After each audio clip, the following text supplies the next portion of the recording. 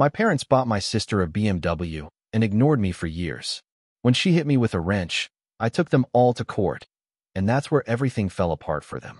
Can you imagine being hit by your own sister, a metal wrench in her hand, only for your parents to immediately blame you for provoking her? That day, something in me snapped, launching a legal battle that finally ripped open decades of a twisted family dynamic and showed me just how much I was willing to fight for myself. My name is Alfredo. I'm 32, and honestly, I never thought I'd be taking my own family to court. Growing up in Portland, Oregon, our home always felt like it had a clear hierarchy, and I was consistently at the bottom. My dad, a bank manager, always looked sharp in his suits. My mom, a successful real estate agent, was known for selling luxury properties. On paper, we were the perfect American family, but the reality inside those four walls was different. The favoritism towards my sister, Sophia, started practically the moment she was born, just 3 years after me. I have these faint memories of being the center of attention as a toddler, but that quickly faded once Sophia arrived. She was the little princess, all curly blonde hair and big blue eyes, just like my mother. Me? I got my father's darker features and a quiet demeanor that made me easy to overlook. I remember when I turned 8. All I wanted was a bicycle, nothing fancy, just a basic one from the local store. What did I get? A used one from a garage sale that broke in 2 weeks. Then, for Sophia's 8th birthday, she didn't just get a brand new purple bike with streamers and a basket. She got a matching helmet, knee pads, and a huge party at the recreation center with 30 classmates. Sophia's more social, my mother explained, as if that justified the gaping difference. She needs these things for her development. This pattern, it just repeated endlessly. My birthdays were modest family dinners with a store-bought cake. Sophia's? Themes, hired entertainment, custom cakes, extravagant gifts.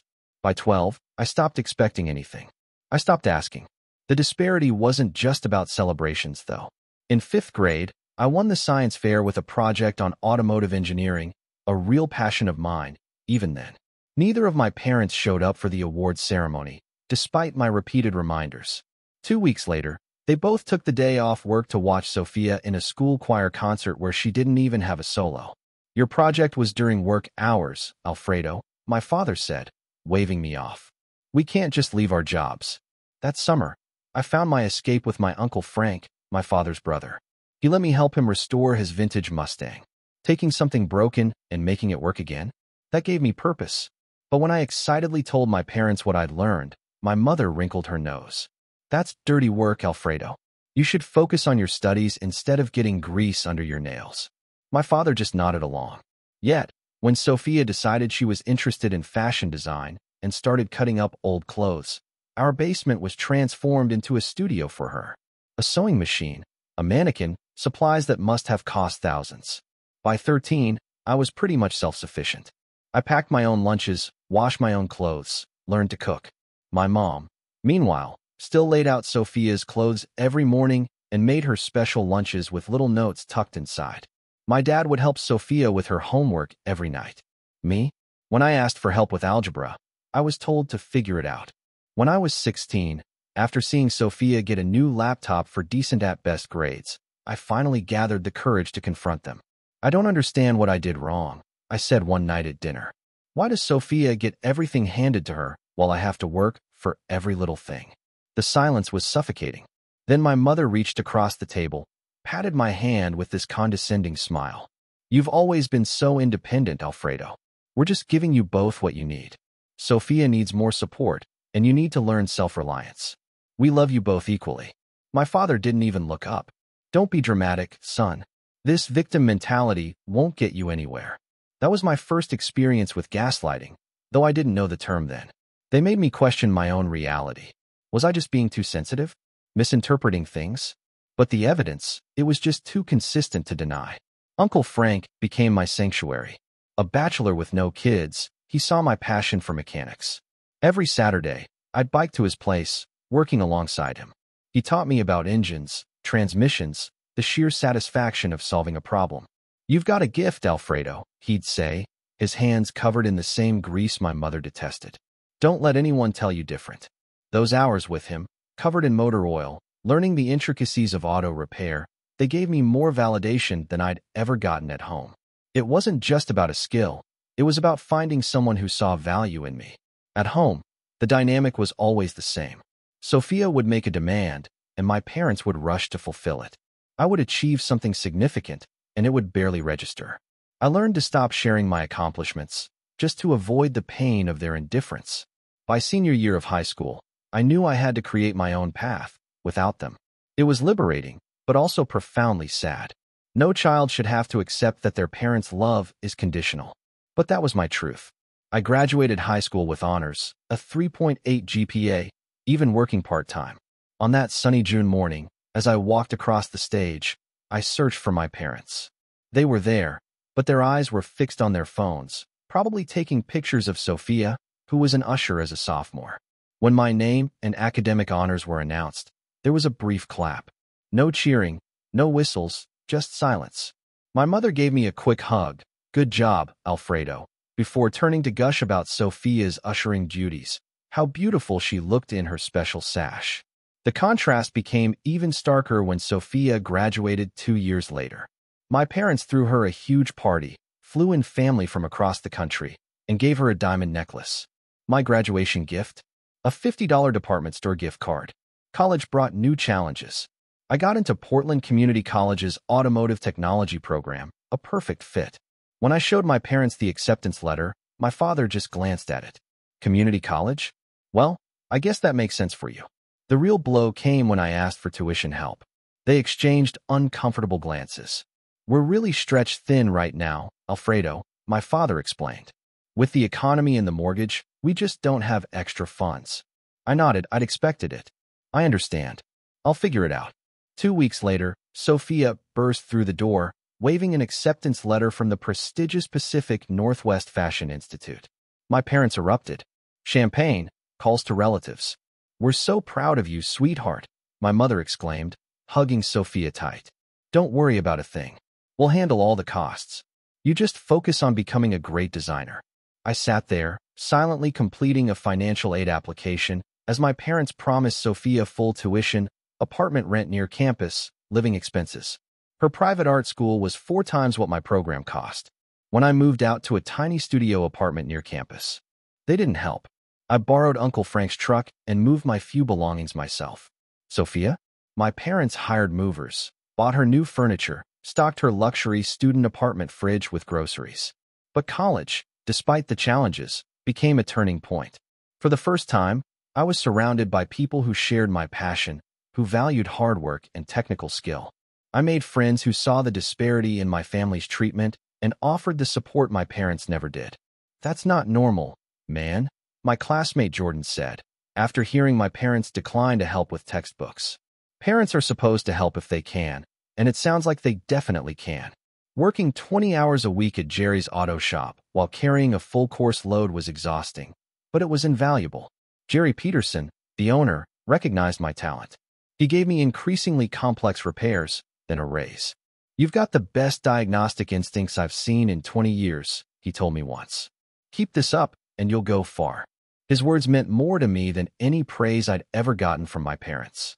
At Jerry's, my value was based on my skills, my character, not some unattainable standard.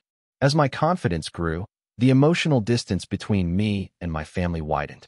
I called home once a week, out of obligation. The conversations became superficial. They rarely asked about my life, but spent most of the call talking about Sophia's latest fashion project. During my second year, I overheard my mother casually mention they'd increased Sophia's monthly allowance for networking expenses. It was more than I made working part-time and going to school full-time. That Thanksgiving, I returned home, bringing a small bottle of wine I could barely afford. Sophia arrived 2 hours late, disrupting the meal, but my parents just smiled indulgently, keeping her plate warm. When the conversation turned to school, Sophia complained about a professor who gave her a B-. "That's just unfair," my mother sympathized. "Your designs are always so creative." My father nodded. "We can talk to the dean if you want. That grade could affect your opportunities." When Sophia asked about my studies, I mentioned making the dean's list for the 2nd semester in a row. "That's nice," my father said, not even looking up. "Pass the gravy, would you?" The conversation immediately shifted back to Sophia's upcoming fashion show. I sat silently, feeling like a ghost at my own family table. Driving back to my apartment that night, it hit me. No achievement of mine would ever be enough to earn the unconditional love Sophia received just for existing. The understanding was liberating in its finality. I could stop trying to win their approval. I could focus on building a life that I was proud of. The rest of my associate's degree continued in that pattern. I excelled, developing a reputation at Jerry's for solving problems others couldn't. My social circle grew. My relationship with my family became increasingly distant, increasingly painful. After 2.5 years, balancing full-time studies and work, I graduated at the top of my class. It was a rainy Saturday in December. Uncle Frank was there, cheering loudly. My parents had sent a text that morning, saying they couldn't make it. Sophia had an end-of-semester fashion showcase. I wasn't surprised, but the emptiness in my chest just grew a little. Uncle Frank took me to dinner afterward. "I'm proud of you, kid," he said, raising his glass. "You did this on your own, against the odds. That makes it even more impressive." 2 weeks later, I got a job offer from European Motors, a high-end repair shop. A substantial pay increase, benefits, advancement opportunities. Everything I'd worked for. When I called my parents to share the news, my mother answered, immediately putting me on speakerphone. "That's good, Alfredo," she said after I explained. "Oh, before I forget, we have exciting news, too. Sophia has been selected as a finalist in the regional young designer competition." My accomplishment was acknowledged with a single sentence before being completely overshadowed. Again, I ended the call quickly, promising to visit soon, knowing I probably wouldn't. With my new salary, I moved out of my cramped studio into a modest one-bedroom. It wasn't luxurious, but it was mine, paid for with money I'd earned. For the first time, I felt a sense of stability. 6 months later, Sophia graduated from fashion school with average grades, but an impressive portfolio. Despite never visiting my new apartment or showing interest in my career, my parents insisted I attend her graduation celebration. Families should be together for important milestones, my mother said, as if that rule had ever applied to my own. The celebration was at an upscale restaurant, 30 guests. I sat at the far end of the table, nursing a beer, making small talk with distant relatives who knew nothing about my life. After the main course, my father tapped his glass. His face was flushed with pride as he looked at Sophia. "We have a special surprise for our amazing graduate." He handed her an envelope. Sophia opened it, screamed with delight, jumping up and down. "A BMW? Are you serious?" "Oh my God." My parents beamed as she ran outside, followed by the entire party. In the parking lot sat a brand new white BMW 3 Series, with a massive red bow on the hood. "At least $40,000. You deserve it, sweetheart," my mother said, wiping away tears. "We're so proud of everything you've accomplished." I stood at the back of the crowd, watching a scene from someone else's life. For my graduation, no party, no car, not even a card. Just an empty seat where my parents should have been. Uncle Frank found me. "You okay?" he asked quietly. "Yeah," I replied, but we both knew it was a lie. "Just wondering what it's like to have parents who are proud of you." Later that night, as the party wound down, I found myself alone with my parents. "I need to ask you something," I said, my voice steadier than I expected. "Why did Sophia get a BMW for graduation when I didn't even get a card for mine?" My mother looked uncomfortable. "Alfredo, that's not fair. The situations are different." "How?" I pressed. "I graduated with honors. I worked my way through school. I never asked for anything close to a luxury car." My father sighed, as if I were being unreasonable. "Sophia needs a reliable vehicle to get to job interviews and networking events. Her career depends on making the right impression in the fashion world." "And my career doesn't matter?" I asked. "I drive to work every day in a 15-year-old Honda with 200,000 miles on it." "You're a mechanic, Alfredo," my mother said dismissively. "You can fix your own car if it breaks down. Besides, you've always been more practical than your sister." "You mean I've had to be practical because I've never had any other choice?" I shot back. My father's expression hardened. "I think you're being ungrateful. We've given both of you what you needed to succeed. Sophia needs different things than you do." In that moment, hearing him call me ungrateful, something in me broke. Not destructively, but clarifyingly. The last thread of hope that my parents might someday treat me fairly finally snapped. And with it, the burden of seeking their approval evaporated.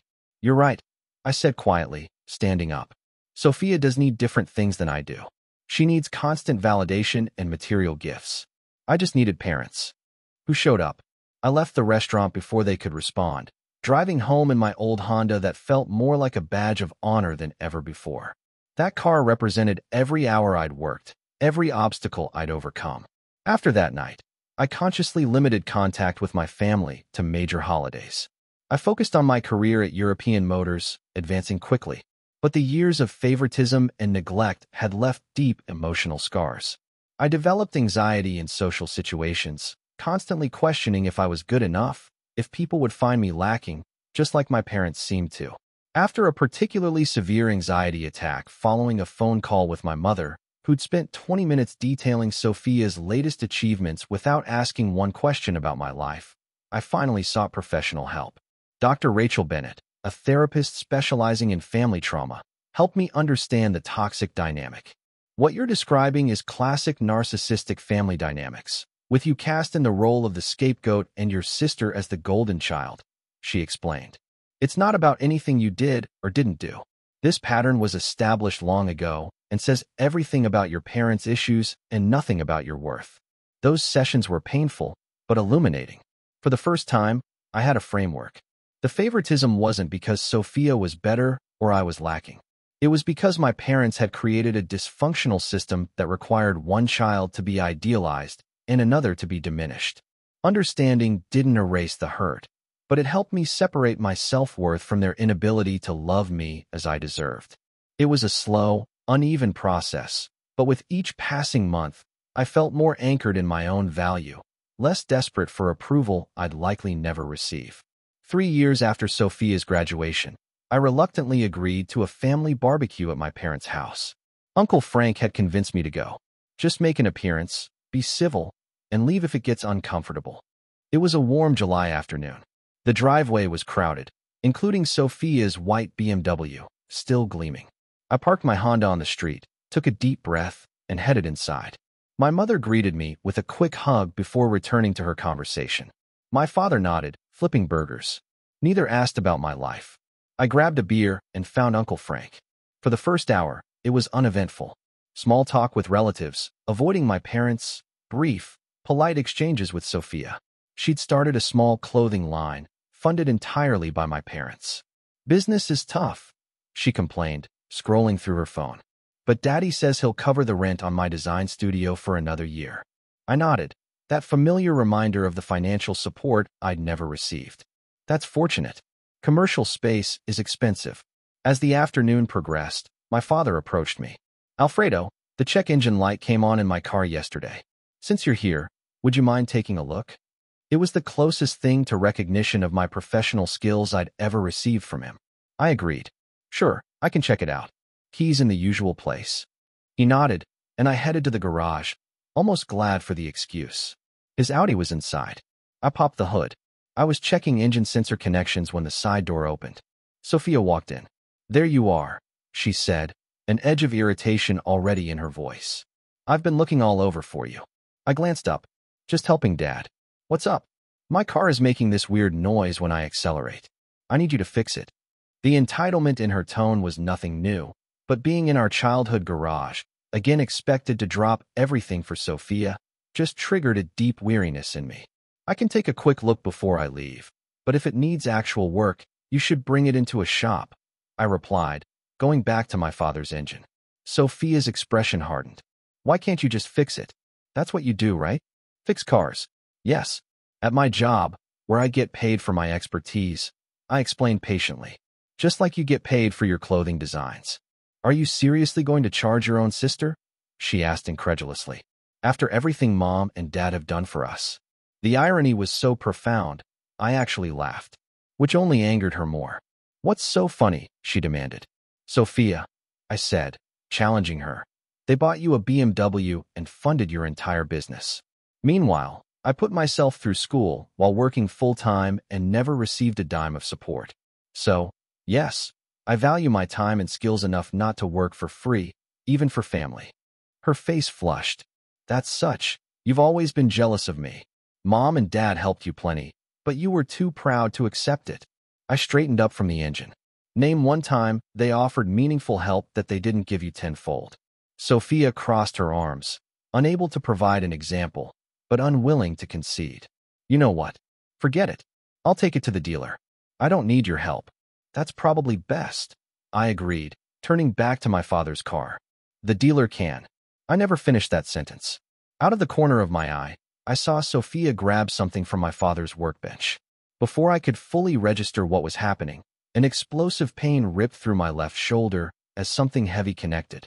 The force knocked me against the car, and I heard a sickening crack. White-hot pain shot down my arm, across my chest. I looked up in shock to see Sophia standing there, a large metal wrench in her hand, her eyes wide with what looked like surprise at her own actions. What the hell? I gasped, my right hand instinctively moving to my injured shoulder, which was already swelling rapidly. The garage door opened. Both my parents rushed in, having heard the commotion. What's going on in here? My father demanded. He was being horrible to me. Sophia cried, immediately falling into victim mode. I just asked for his help, and he was cruel and condescending. I stared at her in disbelief, clutching my throbbing shoulder. She hit me with a wrench because I wouldn't fix her car for free. My mother immediately moved to Sophia's side, putting an arm around her. I'm sure Alfredo provoked you, honey. He's always been difficult. The pain in my shoulder was nothing compared to the pain of hearing my mother instantly take Sophia's side, even when I was the one physically injured. I looked to my father, hoping for some recognition of the severity of what had just occurred. But his expression was one of annoyed inconvenience, not concern. Let's all calm down, he said dismissively. Alfredo, you're fine. It couldn't have been that bad. Sophia, give me the wrench. I'm not fine, I said through gritted teeth, the pain intensifying. She hit me full force with a wrench. I think my collarbone might be broken. My mother rolled her eyes. Don't be so dramatic. Sophia wouldn't hurt anyone that badly. Look at my shoulder, I insisted, carefully removing my hand to reveal the rapidly forming bruise and obvious deformity where the bone had been impacted. Instead of concern, my father's expression showed irritation. If you just helped your sister like I asked you to help me, none of this would have happened. In that moment, the full weight of 3 decades of neglect, gaslighting, and unfairness crashed down on me. My own sister had physically assaulted me, and my parents were blaming me for it. They were standing in front of their injured son and comforting his attacker. I'm going to the hospital, I said quietly, cradling my arm, moving toward the door. Don't bother coming. I wouldn't want to inconvenience anyone with my medical emergency. Alfredo, you're overreacting, my mother called after me. Come back inside, and we'll put some ice on it. I didn't respond. I walked carefully to my car, each step sending jolts of pain through my shoulder. Starting the car and shifting with one hand was challenging, but the adrenaline helped me make the 15-minute drive to Portland General Hospital. In the emergency room, the triage nurse took one look at my shoulder and immediately moved me to an exam room. X-rays confirmed my suspicion.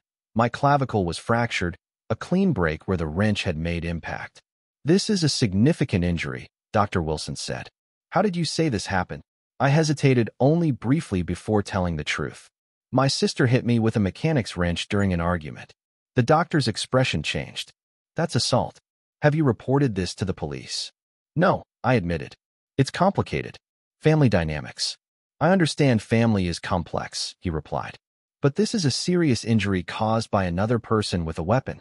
We're required to document this properly, and I strongly recommend involving law enforcement.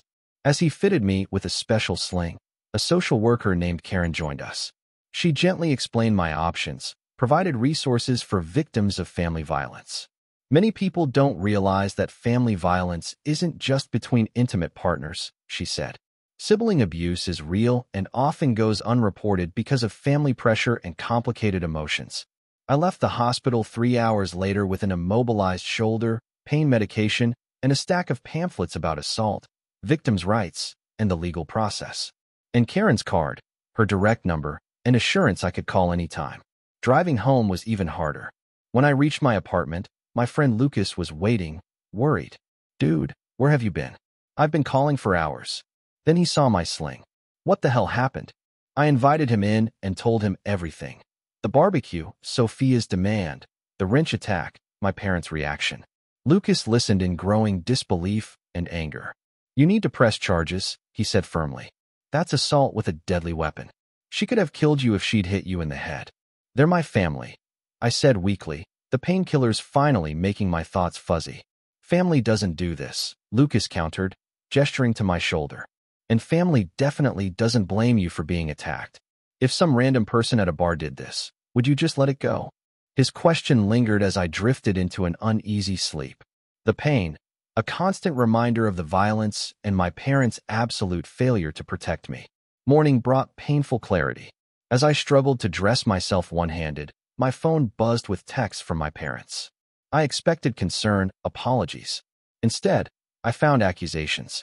From Mom, Sophia is very upset about yesterday. You always push her buttons. Please apologize so we can move past this. From Dad, your sister feels terrible. Don't make this bigger than it needs to be. Family problems should stay in the family. No acknowledgement of my injury. No questions about my well-being. No recognition that their daughter had committed a serious crime. Just more gaslighting. More protection for Sophia. More expectations that I would absorb the hurt and carry on as if nothing had happened. Something shifted inside me as I read those messages. A lifetime of being the family scapegoat, of accepting less than I deserved, of making excuses for their behavior. It all crystallized into a moment of absolute clarity. This cycle would never end unless I ended it. My decision made, I called Lucas. He arrived 30 minutes later, ready to drive me to the police station. On the way, I called Karen, who arranged to meet us there. I want to file a report about an assault, I told the officer at the front desk, my voice steadier than I expected. Detective Thompson, a woman with kind eyes and a no-nonsense demeanor, took my statement. Lucas waited outside while Karen sat with me. I need you to understand something, Detective Thompson said. Filing this report means we will investigate and likely press criminal charges against your sister. This isn't something you can later withdraw if your family pressures you. Are you prepared for that? I thought about my fractured collarbone, about 3 decades of being treated as less than, about my parents standing in that garage, blaming me for my own assault. Yes, I said firmly. I understand, and I want to proceed. The detective nodded. We'll need your medical records, photographs of the injury, and any relevant communications. Given the severity of your injury and the use of a tool as a weapon, this will likely be charged as assault with a deadly weapon, which is a felony. The reality of what I was doing, potentially sending my own sister to jail, hit me fully. But then I remembered how easily she'd grabbed that wrench, how little hesitation she'd shown, and how quickly my parents had rushed to protect her, even with the evidence of her violence right in front of them. By that evening, the police had contacted Sophia and my parents. My phone exploded with messages and missed calls, which I ignored on Karen's advice.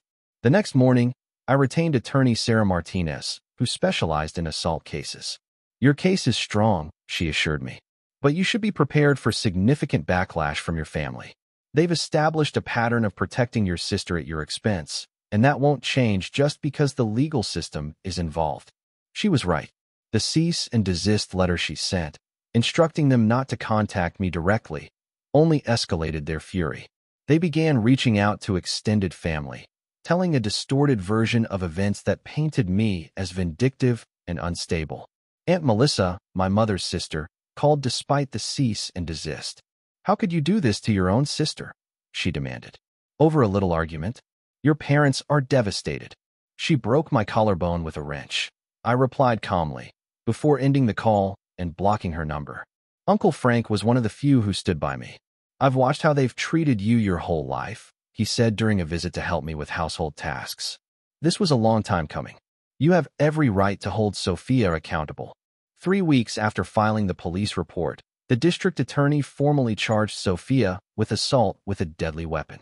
Simultaneously, on Sarah's advice, I filed a civil lawsuit seeking damages. The first court appearance was a procedural hearing. Sophia was there in a conservative suit, looking uncharacteristically subdued. Beside her, an expensive criminal defense attorney, paid for by my parents, of course.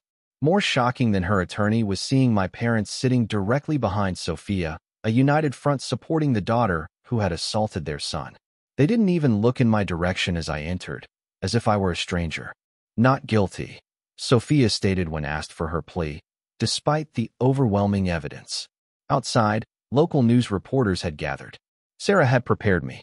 Family violence cases sometimes attract media attention. My parents pushed past them without comment, hustling Sophia into a waiting car. I followed Sarah's advice and made a brief statement.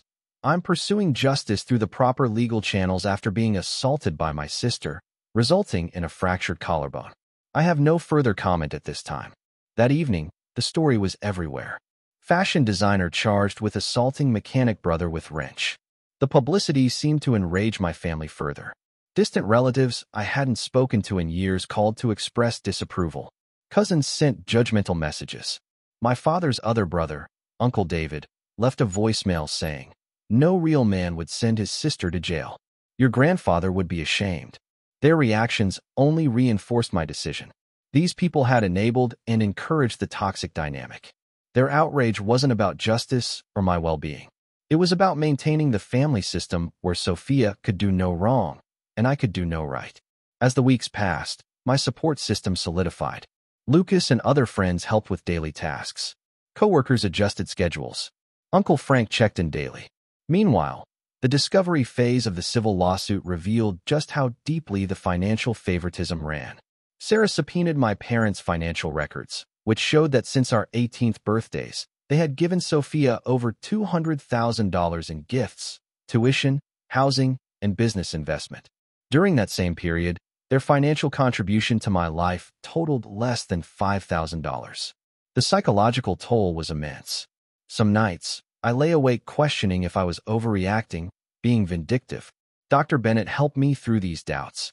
"You're not punishing Sophia," she reminded me. "You're holding her accountable for her actions and refusing to participate in a family dynamic that has caused you significant harm. That's not vengeance. It's healthy boundary setting." 6 months after the assault, with my collarbone mostly healed, both cases approached trial. Sophia's attorney tried to get the charges reduced, but failed. My parents made one last attempt, showing up at my apartment unannounced. "This has gone far enough," my father said, his tone authoritative. "You're destroying this family with your stubbornness." "Sophia made a mistake," my mother added, pleading. "But she's your sister. Do you really want her to have a criminal record?" I looked at them standing in my doorway. These people who had consistently prioritized Sophia's well-being over mine, who had witnessed her assault me and immediately blamed me for it, who were now concerned about her future, but had never shown such concern for mine. "This isn't about one bad moment," I said quietly. "This is about a lifetime of moments where you both made it clear that Sophia's feelings, needs, and even her violence matter more than my basic right to safety and fair treatment. I'm not destroying the family. I'm finally refusing to let the family destroy me." I closed the door on their protests, and with it, closed a chapter of my life where I accepted less than I deserved in desperate hopes of earning their love. The trial dates were set, and I was ready to see it through, whatever the outcome. The week before trial, Sarah and I met daily. We reviewed evidence, practiced my testimony. The medical evidence was clear: X-rays, photographs, my orthopedic surgeon's testimony about the force required to cause such an injury. "The physical evidence is the strongest part of our case," Sarah explained. "But your testimony about the pattern of favoritism and family dynamics will provide crucial context." Despite her confidence, I was anxious. Standing up against my family in such a public forum felt simultaneously terrifying and liberating. The night before the trial, I barely slept. The criminal trial began on a Monday morning in downtown Portland. The courtroom was packed, media present. Sophia sat at the defense table, looking appropriately somber. Her attorney, James Blackwell, was known for defending wealthy clients. My parents sat directly behind Sophia, my mother occasionally touching her shoulder. They didn't acknowledge me. Uncle Frank sat beside me, his presence a silent counterbalance to my parents' support for Sophia. The prosecutor, Andrea Coleman, presented a straightforward case. The emergency room doctor testified. The police detective described my report. A medical expert explained the injury. When it was my turn, a strange calm settled over me. Miss Jackson grabbed a large wrench from the workbench and struck me in the left shoulder with significant force. I stated, clearly and without embellishment. I heard a cracking sound and experienced immediate severe pain. "Did you do anything to physically threaten your sister?" Andrea asked. No, we were having a verbal disagreement, but I was standing at least 6 feet away from her, partially leaning into the engine compartment, when she hit me. Blackwell's cross-examination tried to paint me as resentful and jealous. Isn't it true that you've always been envious of your sister's close relationship with your parents? He pressed. I've been hurt by the disparity in how we were treated, I corrected. But this case is about being physically attacked with a weapon, not about childhood resentments. He grew more aggressive, suggesting I provoked Sophia with insults or moved threateningly toward her. I remained calm, consistently returning to the facts. I was assaulted while doing a favor for my father by a sister angry I wouldn't work for free, resulting in a serious injury that required months of recovery. Andrea called Uncle Frank, who provided a powerful account of the favoritism he had witnessed. I watched my brother and sister-in-law consistently prioritize Sophia's needs and wants over Alfredo's most basic requirements, he testified. When Alfredo told me about the assault, I wasn't surprised. The family dynamic had always excused Sophia's behavior while holding Alfredo to an impossible standard. Lucas testified, too, describing my shock and distress after the hospital visit. He couldn't even put on a shirt by himself, Lucas told the court, and he was in shock that his own parents had blamed him for being attacked. The defense case relied heavily on character witnesses praising Sophia, former teachers, fashion colleagues, family friends. Sophia herself took the stand, tearfully describing a lifetime of pressure, claiming she'd just snapped. She admitted grabbing the wrench, but insisted she'd only meant to scare me, not injure me. Under cross-examination, Andrea Coleman skillfully led Sophia into damaging admissions. So, you deliberately picked up a heavy metal tool during an argument? Andrea clarified. Yes, but I didn't mean to. And you deliberately swung it at your brother's upper body? It wasn't planned. You just what, Miss Jackson? Accidentally picked up a wrench and accidentally swung it with enough force to break a bone. Sophia's composure cracked. He always thinks he's better than me, always judging me for getting help from our parents when he's too proud to accept anything. I just wanted him to stop looking down on me. Her outburst revealed the truth. The attack hadn't been a momentary loss of control, but the culmination of a lifetime of entitlement and rage when challenged. My parents' testimony was equally revealing. They minimized my injury, suggested I'd provoked Sophia through years of difficult behavior. When Andrea asked my mother if she had sought medical attention for me after witnessing the assault, she appeared genuinely confused. Alfredo is an adult, she replied. He could go to the doctor if he needed to. So, you saw your son injured, potentially seriously, and your first concern was for the emotional state of the person who injured him? Andrea clarified. My mother's hesitation spoke volumes. Sophia was upset. During closing arguments, Andrea emphasized the clear evidence, the severity of the injury, and the disturbing family dynamic that enabled Sophia's entitlement. Blackwell focused on Sophia's clean record, calling it an unfortunate family dispute blown out of proportion by an embittered brother seeking revenge. After 3 days of testimony, the jury deliberated for just 4 hours before returning their verdict, guilty on the charge of assault with a deadly weapon. Sophia gasped audibly. My mother began to sob. My father sat stone-faced. The judge scheduled sentencing for 2 weeks later. Outside the courthouse, reporters asked for my reaction. This case was never about revenge, I stated calmly. It was about accountability and establishing that no one, not even family, has the right to physically harm another person. The civil case was set to begin the following week, but Sophia's guilty verdict dramatically strengthened our position. 2 days after the criminal conviction, Sarah called with news. They want to settle, she said. The criminal conviction makes our civil case almost a certainty, and they're trying to avoid more negative publicity.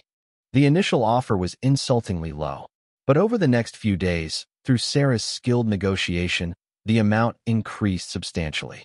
The final settlement included full coverage of all my medical expenses, compensation for lost wages, a significant sum for pain and suffering, and punitive damages, which Sarah argued were warranted given my parents' role in enabling the assault. The total settlement came to just over $300,000. It was more money than I'd ever possessed, and it represented not just compensation for my physical injury, but an acknowledgement of the decades of emotional harm I had endured. Sophia's sentencing hearing was somber. Given her lack of prior criminal record, the judge sentenced her to 3 years probation, mandatory anger management and therapy, 200 hours of community service, and restitution. But more significant than the legal penalties was Judge Harriman's statement to Sophia. Miss Jackson, this court has seen overwhelming evidence not just of your assault on your brother, but of a family dynamic that fostered your sense of entitlement and immunity from consequences, the judge stated firmly. While your lack of criminal history has spared you incarceration, make no mistake, what you did was not a momentary lapse, but the culmination of a lifetime of being taught that your needs and feelings supersede others' basic rights. I sincerely hope this experience serves as a wake-up call, not just for you, but for your entire family. My parents sat in shocked silence as the judge publicly called out the toxic family system they had created. For the first time in my life, an authority figure had seen the truth of our family dynamic and named it plainly. The Portland Tribune ran a feature article interviewing family therapists about toxic favoritism. My willingness to pursue legal action was described as breaking the silence around a common but often hidden form of family dysfunction. As news of the verdict and settlement spread, reactions were mixed. Some relatives who had condemned my decision privately contacted me, sharing their own experiences of favoritism. Others maintained I had destroyed the family. I found I no longer cared about these judgments. For the first time in my life, my experience had been validated, my pain acknowledged, and the responsibility placed where it belonged, not on me for failing to accept mistreatment, but on those who had inflicted it. The media attention faded. Sophia began her probation. My parents retreated, their carefully cultivated image of the perfect family permanently tarnished. And I began the process of rebuilding my life, not as the family scapegoat whose feelings didn't matter, but as a man who had stood up for himself and won. The settlement money sat untouched for 2 months. This wasn't just financial compensation. It represented a turning point. After many discussions with Dr. Bennett, I made my decision. I would use the majority of the funds to start my own automotive repair business, specializing in high-end European vehicles. A garage on the east side of Portland was for sale, a solid building with good equipment and a loyal customer base. Second Chance Mechanics, I named it, partly for the reclaimed vehicles we'd specialize in, but mostly for the second chance I was giving myself to build a life based on my own values. The purchase and renovation gave me purpose during the final stages of physical recovery. Though my collarbone healed, I still had physical therapy. Physical healing proved simpler than emotional recovery. Despite the court's validation, I still struggled with feelings of unworthiness and anxiety. Dr. Bennett was an essential guide. Legal accountability was necessary, she explained, but it doesn't automatically heal the emotional wounds. That requires recognizing the faulty beliefs you internalized and consciously replacing them with healthier ones. We worked on challenging thoughts like, I wasn't worthy of love unless I earned it, or my needs were less important. Gradually, I began challenging them. 3 months after the court cases concluded, I received a certified letter from Sophia. My first instinct was to throw it away, but Dr. Bennett encouraged me to read it when I felt ready. Regardless of what it says, remember that you get to decide what relationship, if any, you want with your sister going forward. The letter contained a formal apology, clearly written as part of her therapy or probation. It acknowledged the assault and expressed regret, but stopped short of addressing the lifetime of dynamics. I filed it away without responding. A week later, I filed for and was granted a restraining order against Sophia, not out of fear, but as a boundary that allowed me to focus on healing without unwanted contact. My parents made several attempts to contact me. First came angry voicemails, blaming me, demanding I fix this mess. When those went unanswered, they shifted to guilt-inducing messages about family obligation. Finally, they tried offering financial help with my new business, help I neither needed nor wanted. I maintained no contact, focusing instead on building my new life. The garage renovation was completed by early spring, and I opened for business with 3 employees. Myself, a service manager named Tony who worked with me at European Motors, and a promising apprentice named Miguel. From the beginning, I established Second Chance Mechanics on principles opposite to the family dynamic I'd grown up with: transparency, fairness, and recognition based on merit, not favoritism. Our pricing was clear. Promotions were based on skill and effort. Every contribution was valued. Uncle Frank became a silent partner, investing some of his retirement savings.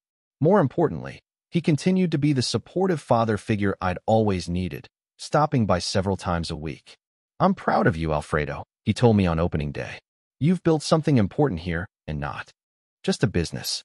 6 months after opening, Second Chance Mechanics was turning a modest profit. We specialized in restoring and maintaining vintage European sports cars, a niche market that appreciated quality. My social life expanded, too. After years of isolation, I joined a classic car club. There, I met fellow enthusiasts who shared my passion, without the baggage of family history. At one meetup, I met Amanda, a corporate attorney who inherited her father's 1972 Porsche 911. Our professional relationship quickly evolved into friendship, then romance. Unlike previous relationships where I'd held back parts of myself, with Amanda, I shared the full truth of my family history early on. "That explains why you flinch when I raise my hand too quickly," she observed after hearing about the assault. "Thank you for trusting me with this." Amanda's understanding and patience strengthened our connection. She never pressured me to reconcile or minimize the impact of their treatment. She supported my boundaries and celebrated my progress. 1 year after the court case, I established a program at Second Chance Mechanics, offering free basic automotive maintenance workshops to disadvantaged youth, called Under the Hood. It taught practical skills and provided mentorship. "I know what it's like to feel unsupported and undervalued," I explained to the first group. "Your effort and willingness to learn are what matter. Everything else is just noise." Watching these young people gain confidence reminded me of my own journey with Uncle Frank. Many returned as volunteers, creating a community bound by shared knowledge. The business thrived, expanding to 7 employees, with a waiting list of customers. We were featured in Portland Monthly magazine. Despite these successes, there were still difficult moments. Holidays brought waves of grief for the family relationships I had lost or never truly had. Birthdays with friends highlighted the absence of parents who had never properly celebrated me. Seeing fathers with their sons in the shop sometimes triggered a deep sadness for what my relationship with my own father should have been. 18 months after the trial, I received a handwritten letter from my mother. Unlike previous communications, this one contained no demands. Instead, it expressed something I'd never heard from her: regret. "I've been seeing a therapist," she wrote. "She's helping me understand how our family dynamics harmed you. I'm not asking for forgiveness or a relationship. I just want you to know that I recognize now what we did wrong, and I'm sorry for my part in it." The letter sat on my desk for weeks.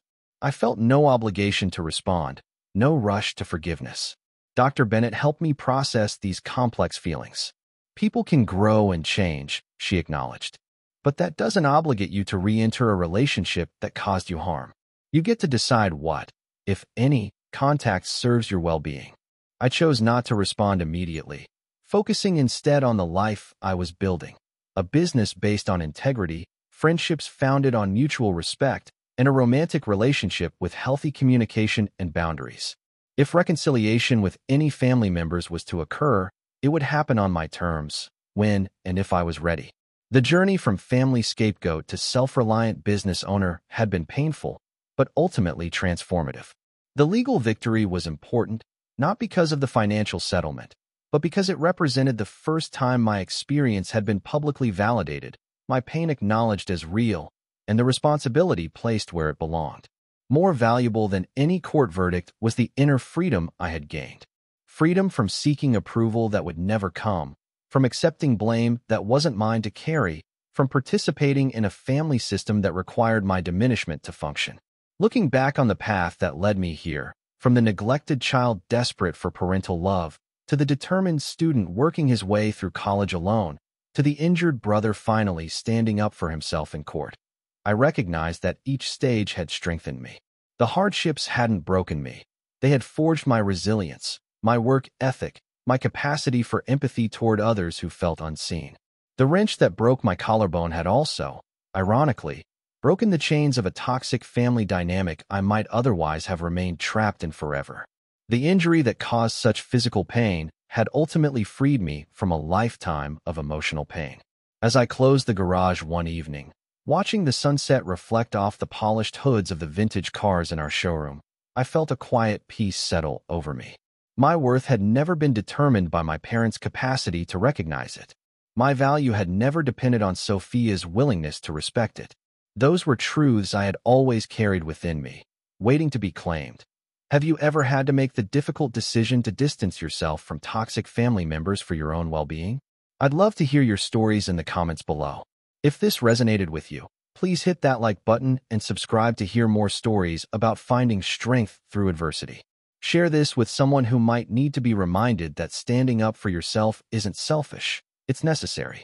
Thank you for listening to my journey. And remember that sometimes the most important second chances are the ones we give ourselves.